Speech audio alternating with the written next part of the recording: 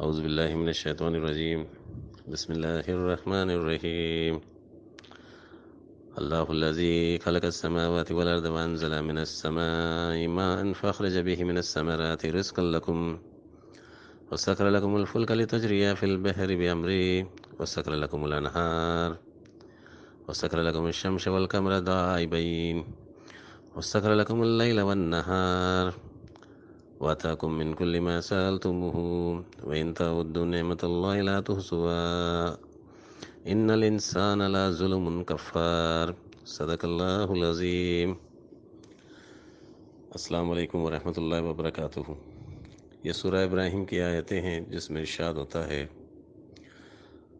اللہ وہ ہے جس نے خلق کیا آسمانوں کو اور زمین کو، اور اس نے اتارا آسمانوں سے پانی، پھر اس سے نکالا پھلوں میں سے رزق تمہارے لیے، اور اس نے مسخر کیا تمہارے لیے کشتی کو تاکہ وہ سمندر میں چلے اس کے امر سے، اور اس نے مسخر کیا تمہارے لیے نہروں کو، اور اس نے مسخر کیا تمہارے لیے سورج اور چاند کو مسلسل چلنے والے، اور اس نے مسخر کیا تمہارے لیے رات اور دن کو، اور عطا کیا تم لوگوں کو وہ سب جس کا سوال کیا گیا۔ اگر تم لوگ گنتی کرو تو اللہ کی نعمتوں کو نہ شمار کر پاؤ گے۔ بے شک انسان یقیناً ظلم اور کفر کرنے والا ہے۔ ان الانسان لظلوم کفار۔ تذکیر کائنات کے دو پہلو ہیں، ایک تذکیر بالفعل ہے اور دوسرا تذکیر بالعمل ہے۔ ان آیتوں کا مفہوم بتا رہا ہے کہ بالفعل کائنات انسان کے لیے تذکیر کر دی گئی ہے، لیکن بالعمل تذکیر کا کام انسان نے خود کرنا ہے۔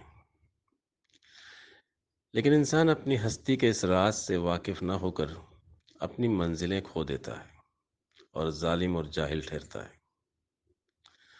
در حقیقت یہ کائنات جس کے طول و عرض کا ابھی تک اندازہ نہیں لگایا جا سکا، انسان کو اس کائنات میں ایک مرکزی حیثیت حاصل ہے۔ اس کرۂ زمین سے ہزاروں سال کی دوری پر اگر کوئی ستارہ موجود ہے تو آج کا ایسٹرولوجسٹ یہ کہتا ہے کہ اس کے اثرات کا تعلق انسان سے ہے، کسی اور جاندار سے نہیں ہے۔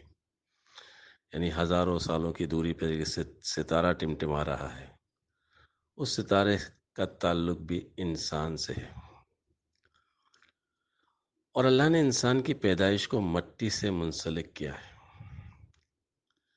یہ صرف مٹی ہی کی خصوصیت ہے کہ وہ کائنات کے تمام عناصر کو اپنے اندر جذب کرتی ہے، یا یوں کہیں کہ زمین ہی کائنات کا وہ حصہ ہے جہاں کائنات کے سارے عناصر پائے جاتے ہیں: آگ، ہوا، مٹی اور پانی۔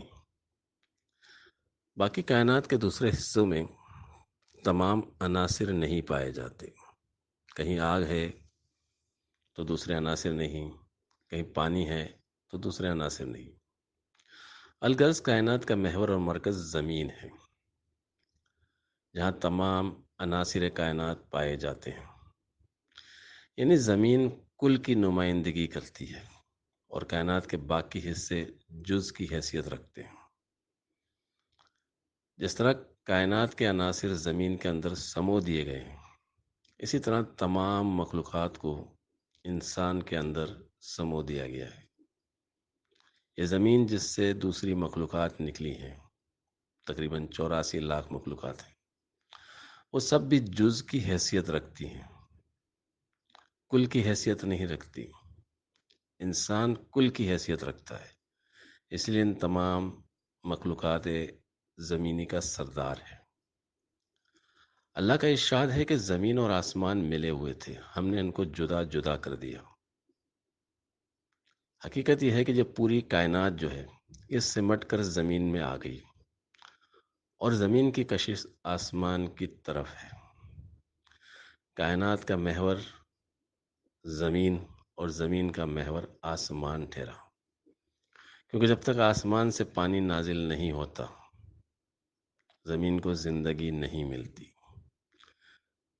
عین اسی انداز میں انسان کی حیثیت بھی کل کی ہے۔ کائنات کی ساری مخلوقات انسان کے اندر فنا ہونے کے لیے تیار ہیں۔ یہ تذکیر بالفعل ہے کہ پوری کائنات ایک طرح سے سمٹ کر انسان کے اندر آتی ہے۔ یہی وجہ ہے کہ حضرت علی کرم اللہ وجہہ نے ایک موقع پر ارشاد فرمایا کہ اے انسان، تو اپنے آپ کو عالم صغیر سمجھا ہوا ہے، حالانکہ تو اپنے اندر عالم کبیر رکھتا ہے۔ یعنی پوری کائنات انسان کے لیے مسخر ہے۔ یہ اللہ نے پوری کائنات اپنے لیے نہیں بنائی بلکہ انسان کے لیے بنائی ہے۔ یہ چاند، یہ سورج، آگ، ہوا، پانی، مٹی، یہ سب انسان کی خدمت کے لیے بنائے گئے ہیں، اسی لیے مسخر ہیں اور انسان کے غلام ہیں۔ زمین کا محور اور مرکز آسمان ہے، اس لیے تمام مخلوقات زمینی کا جو سردار ہے وہ انسان ہے، اور پھر تمام مخلوقات سماوی کا سردار بننا ہی مقام آدم پر فائز ہونا ہے۔ یعنی آدم تمام مخلوقات سماوی کا سردار، انسان تمام مخلوقات زمینی کا سردار۔ ملائکہ آسمانی مخلوق ہیں، ان کا سردار آدم کو بنایا گیا۔ یہی وجہ ہے کہ اللہ فرماتا ہے کہ انسان کے اندر جو اللہ نے خداداد صلاحیتیں رکھی ہیں، جو کائنات تسخیر کی ہے اس کے لیے، اس کی وجہ یہ ہے کہ وہ آسمانی بنے۔ اگر انسان آسمانی نہیں بنتا اور زمینی بن کر رہ جاتا ہے تو اپنی زندگی کا مقصد نہیں پاتا۔ اس کام کے لیے اللہ نے اپنے انبیاء بھیجے تاکہ وہ انسان کو آسمانی بنائیں۔